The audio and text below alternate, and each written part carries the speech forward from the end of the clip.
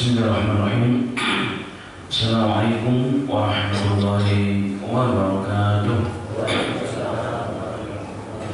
Innal hamdalillah nahmaduhu wa nasta'inuhu wa nastaghfiruh wa na'udzu billahi min shururi anfusina wa min sayyiati a'malina. Man yahdihillahu fala mudilla lahu wa man yudlilhu fala hadiya lahu. Asyhadu an la ilaha illallah wahdahu la syarika lahu wa anna Muhammadan abduhu wa rasuluh. Allahumma shalli wa sallim ala habibina al-Mustafa al-Mujtaba Muhammad bin Abdullah al-Amin sallallahu alaihi wasallam wa ala alihi wa ashabihi at-tayyibin wa at-tahirin wa man sanna bi sunnatihi ila yaumiddin. Ya ayyuhan nasu taqu rabbakum inna zalzalata as-sa'ati syai'un 'adzim yawma tarawnaha tadhhalu kullu murdi'atin 'amma arda'at wa tad'u kullu dhati hamlin hamlaha wa tara an-nasa sukara wa ma hum bisukara walakinna 'adzaballahi syadid. Amma ba'd. Alhamdulillah, ma'asyiral muslimin wal muslimat, jemaah Masjid Al-Istiqamah yang dirahmati dan dimuliakan oleh Allah Subhanahu wa taala. Segala puja dan puji hanya untuk Allah Subhanahu wa taala yang masih memberikan taufik kepada kita semuanya. Allah membangkitkan kita dari mati kecil kita, kemudian Allah mudahkan langkah kaki kita menuju masjid, menuju rumah Allah, tempat yang paling dimuliakan dan dicintai oleh Allah Subhanahu wa taala. Kemudian Allah masih beri kita, memudahkan kita untuk sama-sama duduk di tempat yang mulia ini untuk kembali mengikuti kajian kita yang insyaallah kajian kita pada pagi yang berbahagia ini sampai kepada huru hara peristiwa tragedi besar yang akan terjadi setelah hari kiamat. Pada pertemuan sebelumnya insyaallah ta'ala kita bahas bahwa hancurnya dunia dimulai dengan perintah Allah kepada malaikat Israfil untuk menyiapkan sangkakala. Tiupan yang pertama menghancurkan seluruh dunia serta isinya. Kemudian ulama berikhtilaf bahwa tiupan sangkakala terjadi 2 kali atau 3 kali. Tapi sesungguhnya dua-duanya tidak ada masalah. Yang terakhir bahwa Allah Subhanahu wa taala setelah sekian lama memerintahkan kepada malaikat Israfil setelah juga dibangkitkan oleh Allah dari matinya, dan tidak ada makhluk Allah di muka bumi ini kecuali meninggal dunia. Kullu nafsin dha'iqatul maut, setiap yang bernyawa termasuk para malaikat, bahkan malaikat pencabut nyawa pun akan dimatikan oleh Allah dengan kuasa Allah Subhanahu wa taala. Kemudian setelah manusia mau dibangkitkan, maka Allah perintahkan Israfil yang telah dibangkitkan terlebih dahulu untuk meniupkan sangkakala yang berikutnya. Fanufikha fis-suri fa idza hum minal azdas ila rabbihim yansilun. Ketika diperintahkan oleh Allah untuk meniupkan sangkakala asur, maka mereka manusia dari tempat mereka dikebumikan, dari kubur-kubur mereka bangkit semua dalam rangka menuju padang mahsyar untuk mempertanggungjawabkan setiap amal perbuatan mereka. Dan setelah Allah bangkitkan mereka, dalam riwayat yang sahih sallallahu alaihi wasallam pernah bersabda, kullu ibni adam ya'kul turabu illa azmad dam minhu khuliqa wa fihi ruh. Sesungguhnya setiap bani Adam akan hancur ketika dimatikan oleh Allah, dikebumikan akan hancur. Semua dalam beberapa waktu maka semua akan hancur menjadi debu yang berterbangan ke sana kemari. Tetapi ada satu bagian anggota tubuh Bani Adam yang tidak pernah hancur. Bagaimanapun dihancurkan, dibakar, bahkan digilas. Bahkan ada penelitian dari kibar ulama dari Sana'a, Syekh Abdul Majid Az-Zandani, beliau meneliti dengan timnya, dengan para pakar, mencoba menganalisa bukan dari tulang manusia, bahkan dari tulang yang disebut dengan al-nabudam atau sa'sa, yaitu tulang ekor dari hewan.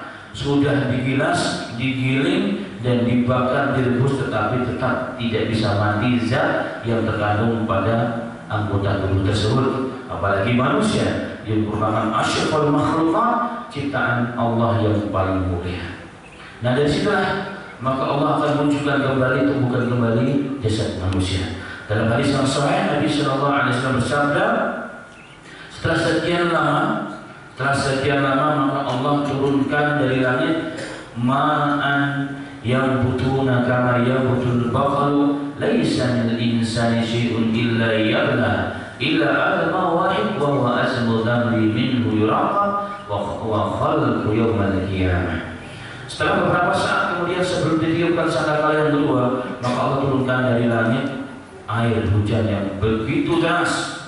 Tak ubahnya air hujan tersebut seperti membasahi biji-bijian bakal, biji-bijian bunga kol atau daun kol. Ketika turun hujan maka dalam beberapa saat dia akan menjadi besar, mekar-mekar, dan kemudian dipenuhi oleh samparan. Begitulah manusia. Ketika turunkan hujan tersebut, maka anggota tubuh manusia yang telah berterbangan semari kembali dengan kuasa Allah dan izin Allah. Tulang-tulang yang hidung kembali ke hidung, yang ke kaki ke kaki, yang tangan ke tangan. Begitu juga daging-daging telah berterbangan ke semari akan kembali dengan kuasa Allah ke tempatnya semula dengan utuh, tanpa kurang satu degun pun, dengan kuasa Allah Subhanahu wa taala. Baru setelah itu Allah perintahkan kepada peniup sangkakala untuk meniupkan trompet, dan setelah mereka dibangkitkan. Dan setelah kita semua akan dibangkitkan oleh Allah Subhanahu wa taala. Lalu bagaimana kondisi kita dibangkitkan? Inilah menjadi pokok bahasa kita pada hari ini dan berbahagia ini. Dari Abdullah bin Abbas radhiyallahu anhu, seorang kibar ulama sahabat yang diriwayatkan Imam Bukhari dan juga Imam Muslim. Beliau pernah mengatakan, qala qama fina Nabi sallallahu alaihi wasallam yakhtubu faqala innakum mahsyuruna khufatan uratan ghurla kama bada'na awwala khalqin nu'id wa inna awwala khalaiq yuhsa yawmal qiyamati Ibrahim alaihi salatu wassalam. Subhanallah.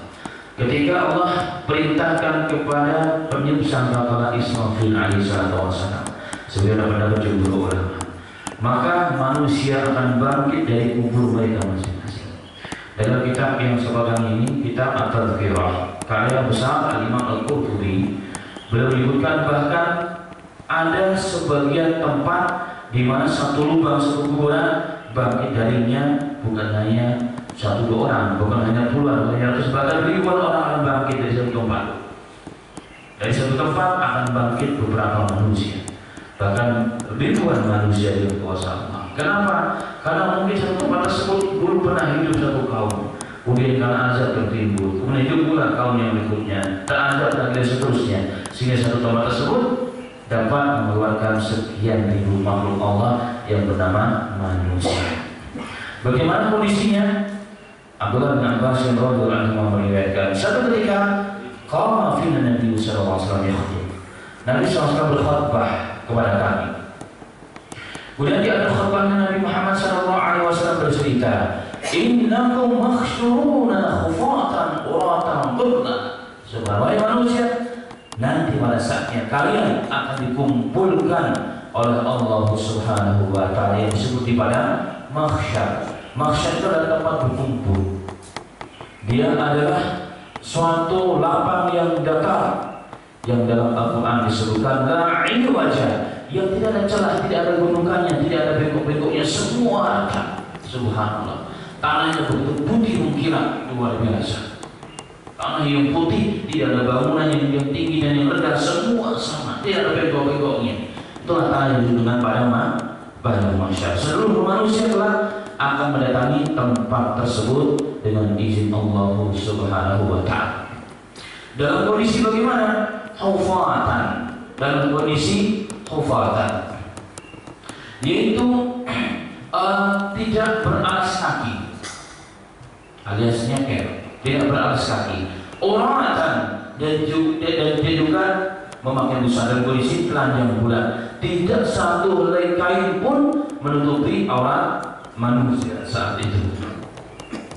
Dan juga gurlan dalam kondisi belum disunat, dalam kondisi belum disunat. Subhanallah.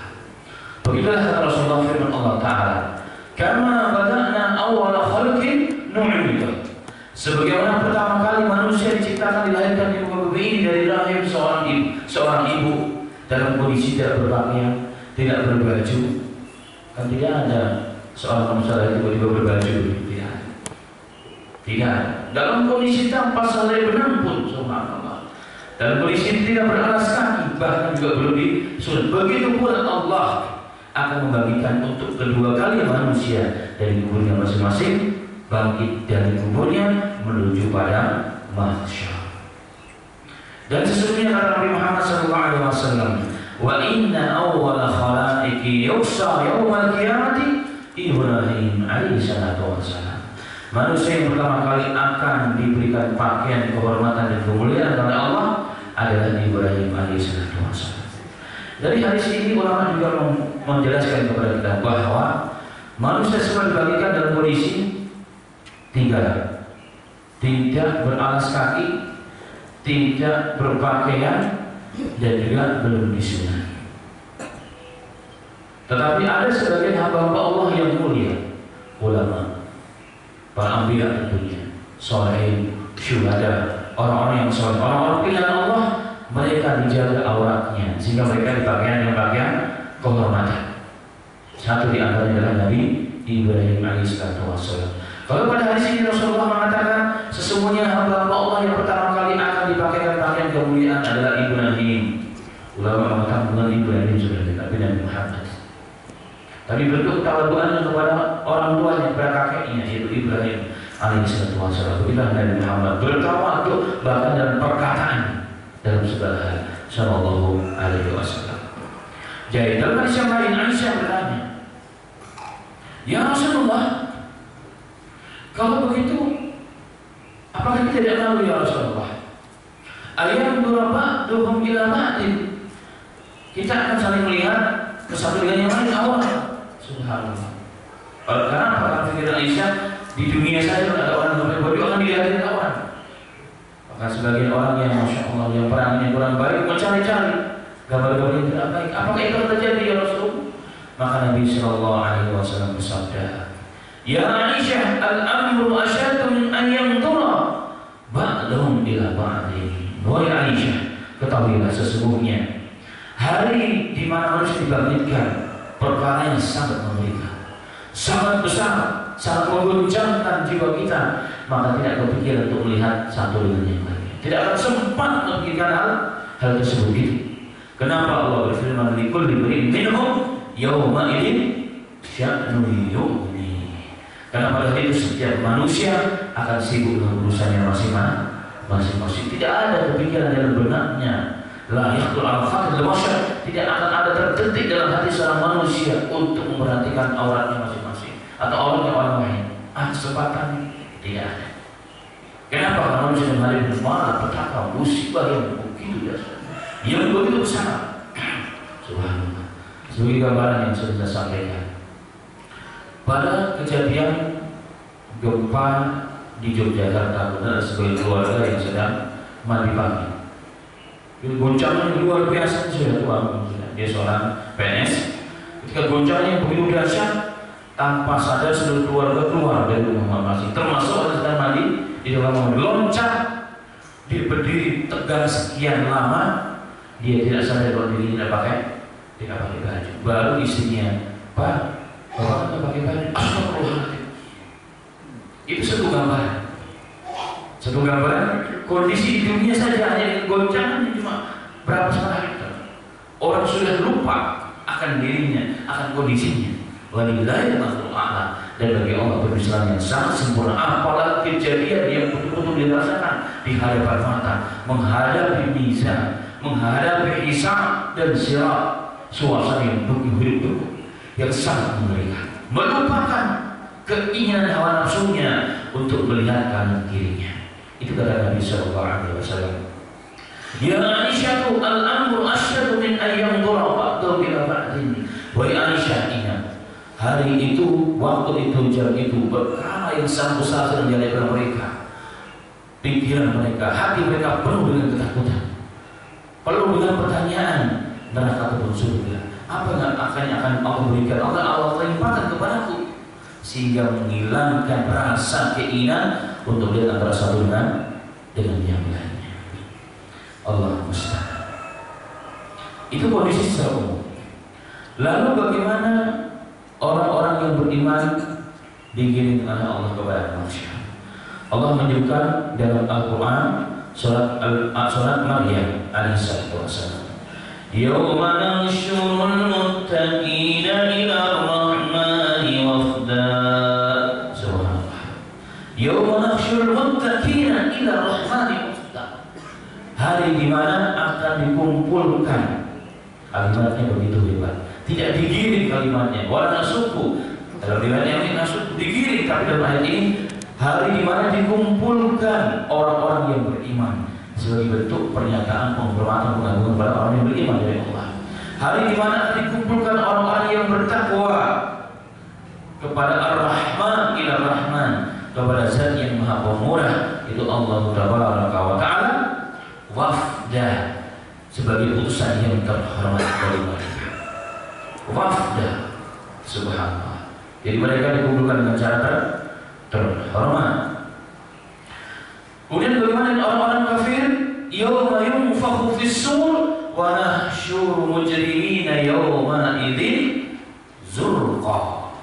Dan hari telah ditiupkan sangkakala ketika manusia digiring kepada mahsyar. Maka orang-orang yang mujrim adalah orang-orang yang beriman tetapi tidak menjalankan syariat Allah, masih melanggar syariat Allah, masih korupsi, masih mencuri, masih berzina, melihat yang haram, mendengarkan yang haram, meninggalkan sholat dengan sengaja, tidak menutup awal, dan seterusnya. Ini namanya mujrim. Dalam bahasa yang lain, fasik. Bagaimana kalau istilahnya begini?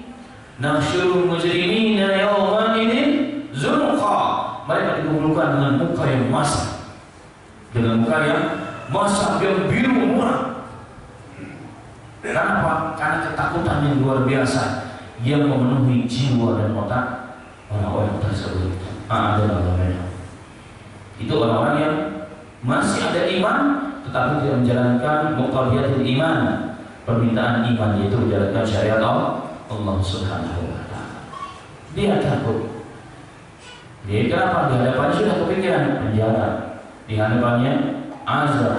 Subhanallah. Orang saja kalau ditangkap oleh polisi dia tahu bersalah, sudah nggak ada bahaya. Sudah nggak ada bahaya.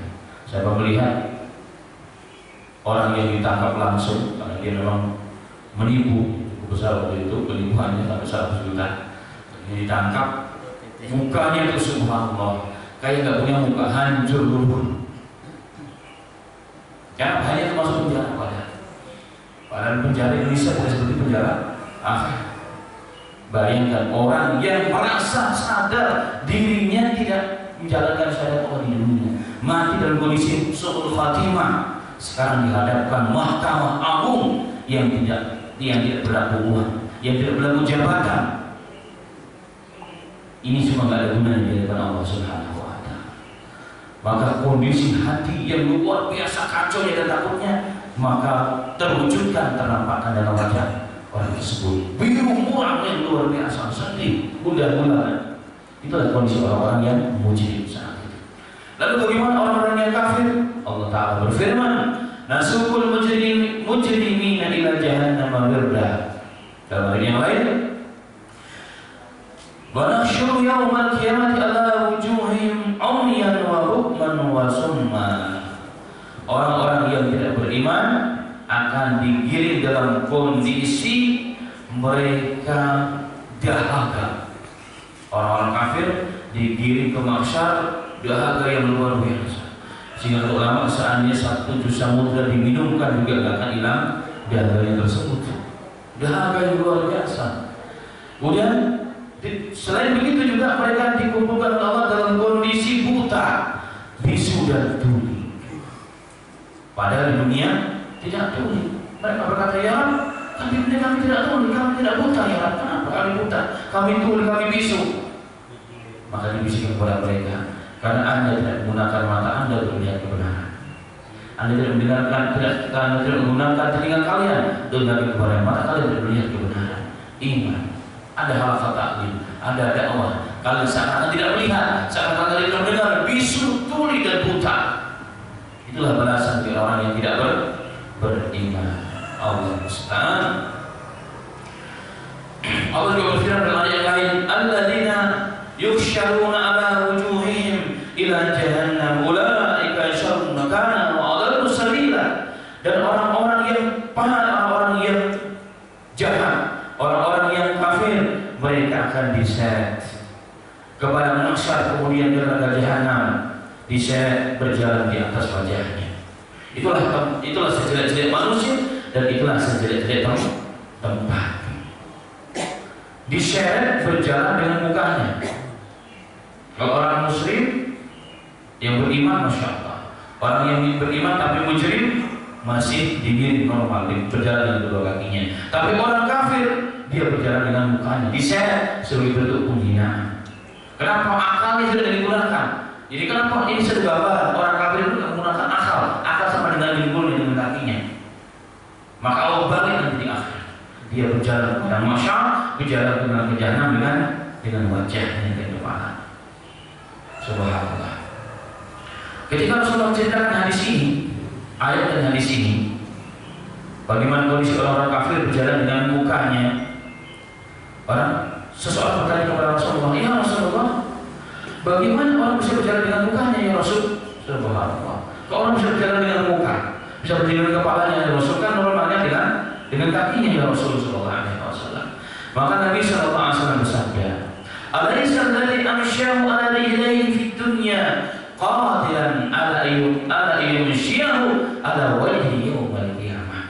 Bukankah zat Allah Ta'ala yang dunia menjalankan manusia dengan kedua kakinya, Allah juga mampu menjalankan manusia di akhirat dengan mukanya. Di dunia saja banyak makhluk Allah yang berjalan dengan badannya, yang berjalan dengan mukanya, yang berjalan dengan tubuhnya, dengan perutnya. Maka bagi Allah tidak ada yang susah, tidak ada yang mustahil. Itu sebab terjadi sebagai bentuk penghinaan Allah kepada hamba-hamba yang telah diberikan kesempatan hidup yang begitu panjang, nikmat yang begitu banyak, telinga yang begitu luar biasa, penglihatan yang begitu tajam, tetapi kemudian itu semua dengan sebaik-baiknya. Buta, tuli, dan bisu. Kenapa tidak mengucapkan dari mulutnya, dari lisannya kalimat yang hak pun saat akan dia hidup di dunia? Allah musta'an. Ini kondisi orang kafir, masalah muslim. Lalu bagaimana kondisi secara umum saat itu? Ketika manusia dikumpulkan, lalu bagaimana kondisi saat itu?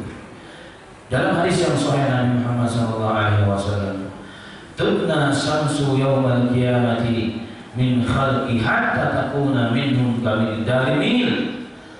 Maka ketika manusia, dalam hadis yang lain bukan hanya manusia, jin pun akan dikumpulkan, hewan-hewan pun akan dikumpulkan di padang yang disebut dengan padang mahsyar.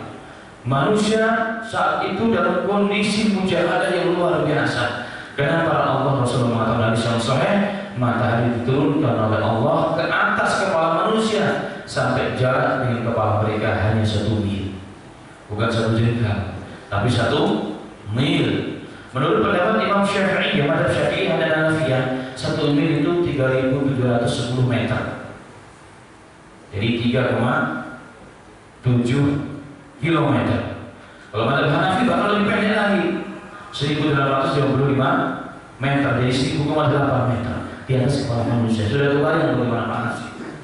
Haus yang begitu luar biasa, panas yang begitu luar biasa. Manusia dalam kondisi sesak, subhanallah, hiruk pikuk, teriakan, tangisan, lolongan, dan juga manusia tidak berbaju. Sehingga dalam waktu yang tidak lama, lautan manusia lautan jin dan hewan berubah menjadi lautan keringan dalam Sahih Bukhari. Dan manusia ada yang tenggelam sesuai dengan dosa masing-masing dan perbuatan masing-masing. Memang ada manusia yang berada di mimbar-mimbar kehormatan. Siapa mereka nanti ada bahasanya. Tapi manusia sebagian tenggelam. Ada yang sampai mata kakinya, ada sampai lututnya, sampai perutnya, sampai pinggangnya, ada yang juga sampai kelelep pada lautan keringan. Subhanallah. Kelelep dengan lautan keringan. Kok bisa? Bagi Allah tidak ada mustahil. Hari ini saja di wilayah-wilayah musim panas, siapa yang hidup di musim panas, saat sholat di waktu berjamaah, pada masjidnya ada AC-nya, masjidnya ada kipas yang besar yang 24 jam diputar. Orang sholat itu seperti baru lagi muncul keringat dari tubuh kita, karena begitu panas. Bayangkan matahari hari ini, jarak kita dengan matahari begitu jauhnya luar biasa. Nanti matahari begitu besar yang panasnya sangat membakar, Allah turunkan. Sehingga Rasulullah SAW mengatakan, seandainya unsur penciptaan manusia pada tubuh manusia itu Allah ciptakan bisa meleleh karena panas, maka niscaya pada saat itu manusia akan meleleh. Tapi hebatnya manusia tidak meleleh. Jadi unsur yang Allah ciptakan bagi manusia itu adalah unsur yang sangat sempurna sehingga tidak meleleh. Bisa diperhatikan, Bapak ambil minyak wangi, lempar ke plastik. Kalau zaman dulu banyak plastik di rumah, tikar dari plastik langsung meleleh. Tapi kita pakai minyak wangi pakai di tangan. Kita usah seluruh badan, tidak meleleh, ada kesan. Itu satu dalil yang gampang di dunia ini bahwa unsur manusia Allah ciptakan dengan unsur yang sangat sempurna. Maha benar Allah dengan firman-Nya. Allah telah berfirman, "Wa laqad khalaqnal insana fi ahsani taqwim." Sesungguhnya kami telah menciptakan manusia dengan sebaik-baik ciptaan. Dohirnya juga baik, unsur ciptaannya juga sebaik-baik unsur itulah yang diberikan kepada manusia. Allah telah berikan manusia dengan segala yang diperlukan. Makanya kalau sampai kita tidak gunakan hidup kita ini untuk beribadah kepada Allah, terus di akhir hayat kita, maka kita termasuk orang yang rugi, orang yang akan dibutakan mata kita oleh Allah, orang yang akan ditulakan nanti, ditulikan kepada akhirat, dan Allah akan bisukan mulut kita di akhirat Allah Subhanahu wa Ta'ala. Walhamdulillah. Inilah kondisi masyarakat muslimin, bagaimana manusia berada dalam kesusahan, dalam kondisi yang luar biasa, mujahadah yang luar biasa. Sehingga dalam hadis yang seperti itu, hadis yang sangat panjang, hadis Bukhari dan Muslim, hadis seluruh ulama meriwayatkan hadis tersebut. Manusia yang ada iman kepada Allah, ketika melihat kondisi yang luar biasa seperti itu, mereka berbicara atas dengan yang baik. Kita tidak boleh memiliki kesusahan. Mari kita sama-sama datang kepada Nabi, orang-orang yang kita bisa berikan syafaat kepada kita, agar Allah meringankan beban kita sekarang ini sebagaimana dahulu Allah pernah ringankan beban di dunia saat kita mendatangi para Nabi dan Rasul. Maka umat manusia berkumpul mendatangi bapak manusia yang bernama Adam alaihissalam. Hari ini cukup panjang, saya potong-potong saja kisahnya. Mereka mengatakan, "Ya Bapak Adam, engkau adalah manusia yang pertama kami turunkan ke bumi. Engkau adalah bapak kami, engkau adalah orang tua kami. Apakah kamu tidak melihat apa yang terjadi pada diri kami hari ini?" Nabi Adam mengatakan, "Pak, ya kami tak melihat.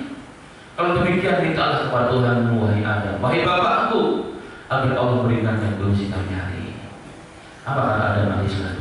"Wallahi demi Allah, hari ini aku tidak ada keberanian untuk meminta syafaat kepada Allah Ta'ala. Kenapa hari ini Allah murka dengan kemurkaan yang belum pernah murka sebelumnya di dunia? Hari ini Allah telah murka kepada kami dengan kemurkaan yang belum pernah Allah lakukan sebelumnya. Aku tidak tahu, nafsi sendiri. Urusan hari ini urusan masing-masing.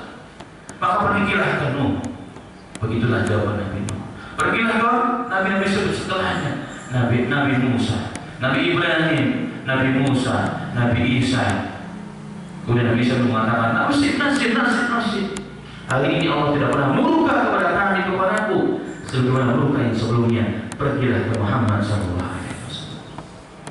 Maka umat manusia yang beriman datang kepada Nabi Muhammad SAW, mengadukan sebagaimana yang diadukan kepada nabi-nabi sebelumnya, maka Rasulullah SAW letak setelah dengan pengakuan kepada umatnya lalu bersyukur di hadapan Allah Subhanahu wa Ta'ala. Dalam hadis yang saya sudah mengatakan, ulhimtu bimahamid, aku diberikan ilham oleh Allah, puji-pujian yang belum pernah Allah berikan di dunia. Jadi Allah memberikan kepada Rasul puji-pujian, memuji Allah dengan pujian yang luar biasa, yang begitu bebas saat itu. Setelah sekian lama Allah tersungkur dan bersujud di hadapan Allah Ta'ala, maka Allah mengatakan, ya Muhammad, irfa' ra'sak, wahai Muhammad, angkat kepalamu, angkat kepalamu, is'al tuhta, angkat kepalamu, minta kepadaku, akan kuberikan. Subhanallah, minta kepadaku, akan kuberikan. Itu janji Allah kepada Nabi kita Muhammad sallallahu alaihi wasallam. Apa yang diminta oleh Nabi kita Muhammad sallallahu alaihi wasallam? Ya Allah, cuma aku dengan istri-istriku, ya Allah yang sebelas, ya Allah, enggak. Ya Allah, kumpulkan aku dengan anak-anakku, ya Allah, enggak juga. Subhanallah. Ya Allah, berikan aku masuk surga, ya Allah, enggak juga. Tapi apa perintah Nabi Muhammad sallallahu alaihi wasallam kepada Allah Ta'ala? Allahumma ummati, ummati. Ya Rabb, umatku, ya Rabb, umatku, ya Rabb. Subhanallah. Umatku di mana, ya Rabb? Jaga mereka, ya Rabb, jangan kau azab, ya Rabb. Itu Nabi Muhammad sallallahu alaihi wasallam. Inilah cinta Nabi Muhammad kepada kita, masalah itu. Bukan hanya di dunia, cinta Nabi kita Muhammad bukan hanya di dunia ini, bahkan di pada mahsyar pun Nabi kita Muhammad sallallahu alaihi wasallam tidak mementingkan keluarganya, tidak mementingkan anak istrinya, bahkan ingin berjumpa, bahkan berdoa kepada Allah agar umatnya dilindungi dari azab Allah Subhanahu wa Ta'ala. Rasulullah SAW begitu sedih ketika beliau hidup, ketika ada seorang hamba manusia yang tidak beriman. Rasulullah ketika melihat orang mati sedih, orang Yahudi mati sedih. Kenapa sedih? Bukan dia kafir ya Rasulullah, ya dia kafir, tapi dia mati tidak beriman. Ada seorang anak Yahudi yang biasa membantu Rasulullah SAW, anak masih kecil. Suatu ketika Rasulullah kehilangan, maka ditanya kepada sahabat, di mana kesimpulan yang Yahudi itu? Maka satu tangannya Rasulullah, dia sedang sakit ya Rasulullah, sakit parah katanya ya Rasulullah. Maka Nabi Muhammad SAW tak berpikir dia orang kafir, dia orang Yahudi. Dia Rasulullah orang pertama kali mendatangi orang tersebut. Kemudian datang duduk di sampingnya, kemudian pegang kepalanya, kemudian mengatakan, asli masuk Islam, bebas boleh. Maka anak tersebut mengenal bapaknya. Bapaknya orang Yahudi berpikir, sudah anak kecil ngapain kalau biarin aja ikut Muhammad. Maka dia kata, nanti agak kelas ikut nama ucapan Nabi Muhammad, ucapan Muhammad ikuti. Maka anak tersebut mengucapkan, asyhadu an la ilaha illallah wa asyhadu annaka Muhammadur Rasulullah. Aku bersaksi tidak ada Tuhan yang berada disembah dengan Allah Ta'ala, dan aku bersaksi Muhammad engkau adalah hamba dan utusannya. Meninggal dunia.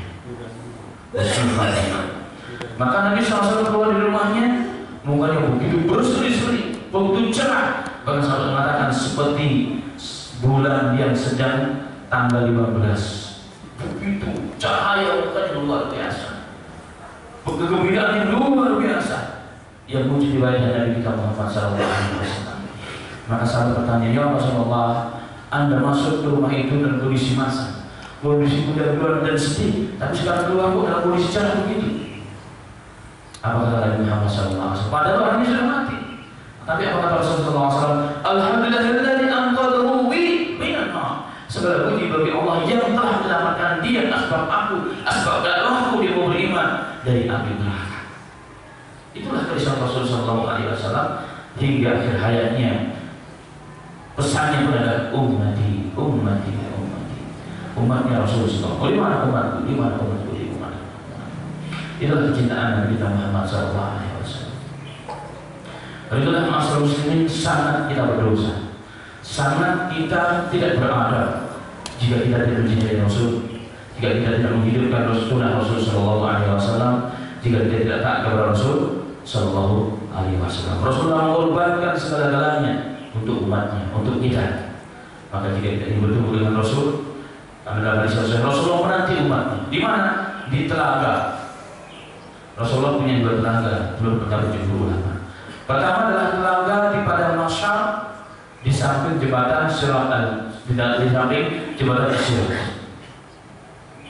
Dan Rasul mengatakan, aku akan menunggu kalian di sana, dan seluruh umatnya yang taat kepada Allah dan Rasulnya akan meminum telaga, air telaga dari tangannya Rasul Sallallahu Alaihi Wasallam, yang jumlah cawannya sejumlah bintang-bintang yang ada di langit. Kata Nabi Sallallahu Alaihi Wasallam, begitu banyak. Dan kata peneliti, bintang di langit sebanyak dan sejumlah pasir-pasir yang ada di pantai. Jadi kebayang begitu banyaknya. Kenapa? Umat Rasul begitu banyak, luar biasa. Maka setiap umat akan diberikan menerima dari tangan yang mulia Sallallahu Alaihi Wasallam. Walaupun kita hari ini tidak pernah berjumpa dengan Rasul, tapi jika kita mati dalam budi cinta kepada Rasul, beriman kepada Rasul, kita akan menerima bahkan air telaga yang sekali minum, kata Rasulullah, tidak pernah dahaga selama-lamanya. Dari tangannya langsung yang mulia Sallallahu Alaihi Wasallam. Subhanallah. Tapi hadis mengatakan ada satu kelompok manusia yang akhirnya seperti umatnya Rasul, ketika baru saja mau menerima cawan dari Rasul Sallallahu Alaihi Wasallam, mereka diusir. Suhtan, pergi. Rasul bertanya, ya Jibril, bukankah dia adalah umatku? Ya, itu umatku. Tapi Muhammad, engkau pernah tidak tahu mana ada sebab kalau kamu tidak tahu Muhammad, apa yang mereka tambahkan, yang mereka lakukan dalam agama setelah engkau meninggal dunia. Maka Rasul mengatakan, Sultan, pergi. Inilah ketakutan ulama dan para mahasiswa untuk melakukan sesuatu yang tidak ada contoh dari Nabi Muhammad SAW dalam ibadah. Kenapa? Jangan-jangan termasuk orang yang diusir oleh Nabi Muhammad SAW. Maka bukti cinta kita kepada Nabi Muhammad, taat dan tunduk kepada perintah Rasul Sallallahu Alaihi Wasallam, sehingga nanti dalam kondisi kita berusaha di padang mahsyar, Allah Ta'ala berikan karunia meminum air telaganya Nabi Muhammad SAW dari tangan manusia yang paling dicintai Sallallahu Alaihi Wasallam. Sekalipun akan hilanglah saudara kita, mujahadah kehausan yang selama kita menderita di padang mahsyar akan sirna, akan hilang setelah meminum telaga tersebut dari tangan yang mulia Sallallahu Alaihi Wasallam. Itulah kondisi manusia ketika berada di padang mahsyar setelah dibangkitkan oleh Allah Subhanahu wa Ta'ala. Maka gambarannya telah jelas apa yang akan terjadi nanti. Nah, tinggal kita memilih. Kita yang hidup semua, saya dan antum dan semua tinggal memilih mau menjadi orang yang dimuliakan oleh Allah di padang mahsyar atau tidak. Pilihannya tergantung Allah telah menjelaskan, Rasul menjelaskan. Kalau yang ingin dimuliakan ini jalannya, kalau yang tidak ini jalannya. Maka semua kita pasti menginginkan orang yang baik, orang yang akan diselamatkan, orang yang akan dimuliakan kelak di padang mahsyar di hadapan Allah Subhanahu wa Ta'ala. Dan itulah kita tingkatkan terus keimanan kita tingkatkan terus amal kita perbaiki terus akidah kita, ibadah kita, amal kita sesuai dengan tuntunan agama, tuntunan Nabi kita Muhammad Sallallahu Alaihi Wasallam, agar kita termasuk orang-orang hingga akhir hayat kita termasuk orang-orang yang dimatikan dalam kondisi husnul khatimah. Karena nanti hasil akhir itu jadi akhir kita yang mendunia. Hari ini belum kelihatan. Orang hari ini bisa kelihatan orang kelihatan sholat, kelihatan baik atau kelihatan jahat, tapi bukti semuanya itu benar atau tidak ada di akhir hayat. Semoga Allah jadikan kita semua termasuk orang-orang yang dimatikan dalam kondisi husnul khatimah. Amin amin ya rabbal alamin. Demikian beri kajian yang disampaikan pada pagi berbahagia ini. Semoga bermanfaat kita semuanya. Saya kembalikan kepada pembicara pada Dr. Musyawar. Alhamdulillah.